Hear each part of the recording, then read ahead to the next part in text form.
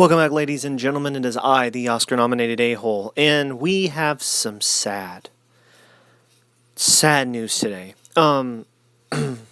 It could be good, but it's frightening. It's worrying, I guess is the correct word. The Knights of the Old Republic trilogy has been confirmed by Lucasfilm. It has been confirmed. It is happening. It's been in the works since 2018. What do you know?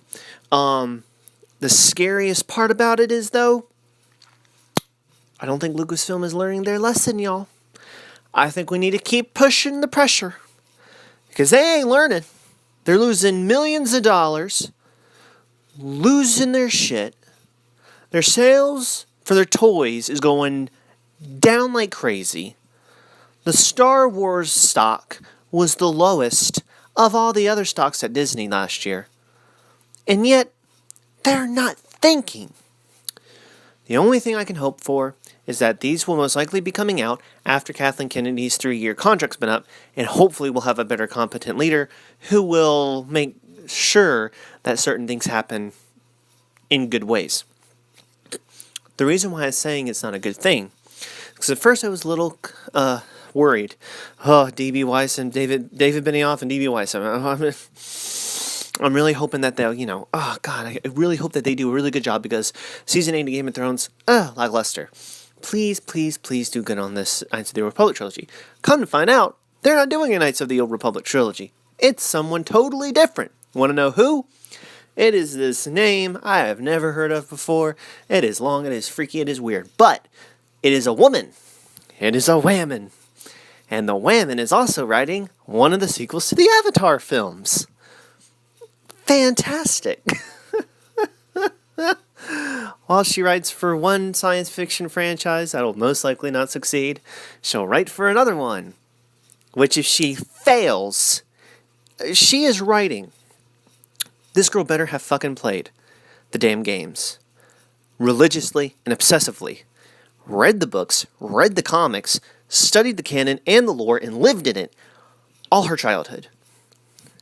Because if she did not, no person, I don't give a fuck if you have tits, if you have, balls, I don't give a fuck what's between your legs. If you are not a Star Wars fan, if you do not love the material, if you have not lived in this universe for all your years, all your childhood, all your life, if you have not studied the lore, if you have not ingrained yourself into the mucus pit of George Lucas's genius and creativity yourself, you do not need to be writing a Star Wars film. You do not need to be writing a Star Wars TV show. They're doing it right with The Mandalorian. They're having George Lucas write 8 episodes. The man, the myth, the legend himself, Star Wars himself, embodied, personified, George Lucas. Thank you. If only you could do that for the Knights of the Old Republic trilogy. If only you could give him and Dave Filoni it. And maybe another writer, or director, or whoever. I don't care.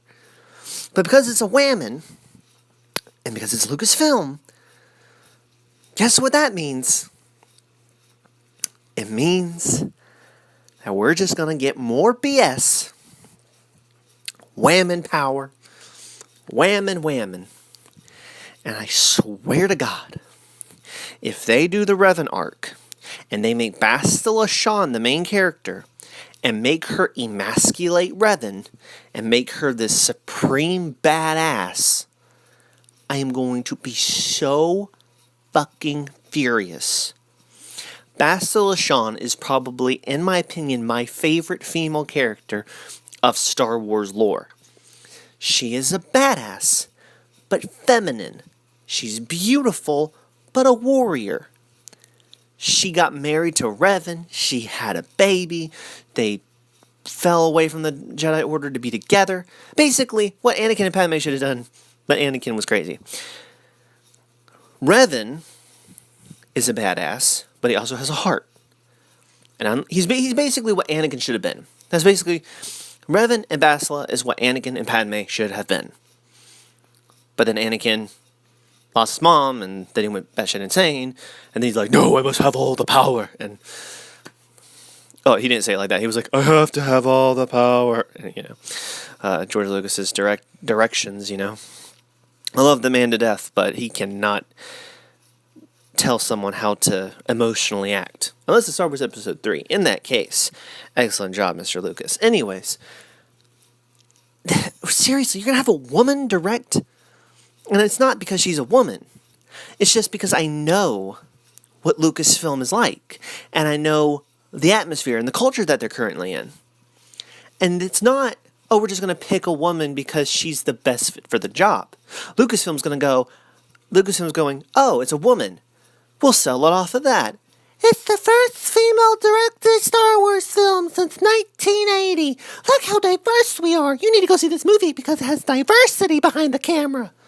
That's all they're going to say. That's how they're going to promote the film.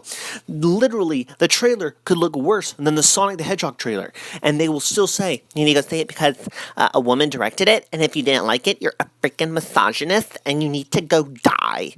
Like, that's how they think. They're a bunch of ludicrous. Like, they're just ludicrous. They're fucking insane.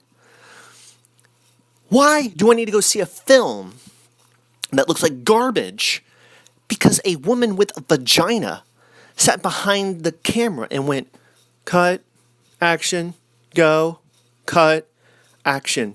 Like, seriously? Because a woman made it, I have to go see it. Or else I hate women. Okay, that makes sense. That makes so much sense. Oh, let me guess. If you don't eat Chinese food every single day of your life, you're racist because you hate Chinese people. That doesn't even make sense. You people are insane. You people don't even think. You don't think. You have no brain. You don't use rational, logical sense. You're nothing more than protoplastic slobs. You're just stupid. I don't even get you. No one gets you. Oh my god, she's a woman, she directed it, yes queen, slay. Yeah, she made that Knights of the Old Republic film, even though she never read the books, or played the video games, or studied the lore all her life. She just was like, oh my god, I was hired for the job, and so I read like 2 paragraphs, and now I'm making my film about woman empowerment.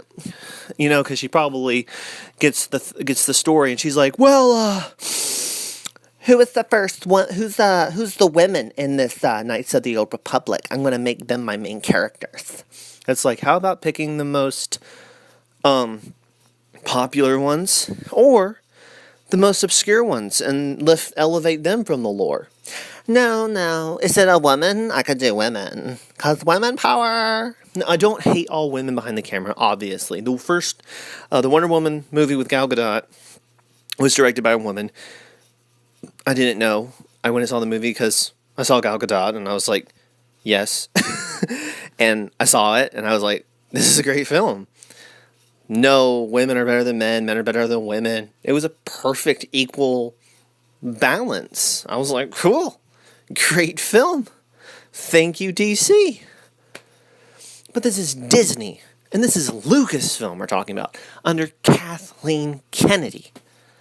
Come on. You know that woman is not going to be, let's be fair and write a good story. Now, if she does, I will bow down and praise you for how excellent you are. Thank you so much to the high heavens for making an actual Knights of the Old Republic film. That was fantastic.